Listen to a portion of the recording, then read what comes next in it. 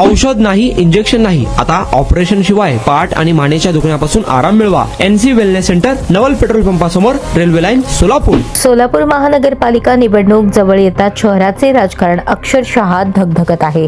प्रत्येक पक्ष आपापल्या मोबदल्यासाठी जोर लावताना दिसत आहे. याच निवडणुकीत फारुख शाब्दी फॅक्ट पुन्हा एकदा जोरदार चर्चेत आले असून त्यांच्या पुनरागमनाने राजकीय वलयाला मोठे वळण मिळणार असल्याची जोरदार चर्चा राजकीय वर्तुळात सुरू आहे. MIM पक्षाला सोलापुरात मजबूत करणारे आणि शहरातील मुस्लिम बहुल भागात मोठा प्रभाव असलेले फारुख शाब्दी काही दिवसात पुन्हा राजकारणात सक्रिय होणार असल्याची माहिती लोकप्रधान न्यूजला विश्वसनीय सूत्राकडून मिळाली आहे.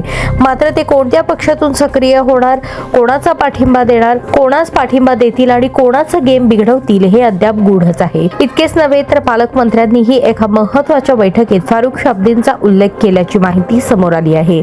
शाब्दी बोलतील आणि समीकरण बदलेल अशीच राजकीय हवा. प्रत्येक पक्षाला आपल्या बाजूला हवा असणारा हा मोठा फॅक्ट अनेक उमेदवारांचे राजकीय भवितव्य ठरवणार हे निश्चित मानले जात आहे. काही उमेदवारांच्या चेहऱ्यावर उत्साह पाहायला मिळतो तर काहींच्या कपाळावर आठ्या पडलेल्या दिसत आहेत. जर फारुख शाब्दी यांनी MIMचा राजीनामा दिला नसता तर आज सोलापूरच्या राजकारणाचे चित्र पूर्णपणे वेगळं असतं आणि किंग मेकर म्हणून MIMचा नक्कीच विचार झाला असता, अशी चर्चा शहरात तीव्र आहे. फारुख शाब्दी सारख्या सर्व समाजातील नागरिकांच्या मनावर राज्य करणारा नेता हातातून निसटला याची जाणीव आता त्यांनाही होत आहे. शेवटच्या 3 दिवसात फारुख शाब्दी प्रत्यक्ष विविध प्रभागात उतरून उमेदवारांना मार्गदर्शन करतील अशी माहिती समोर आली आहे.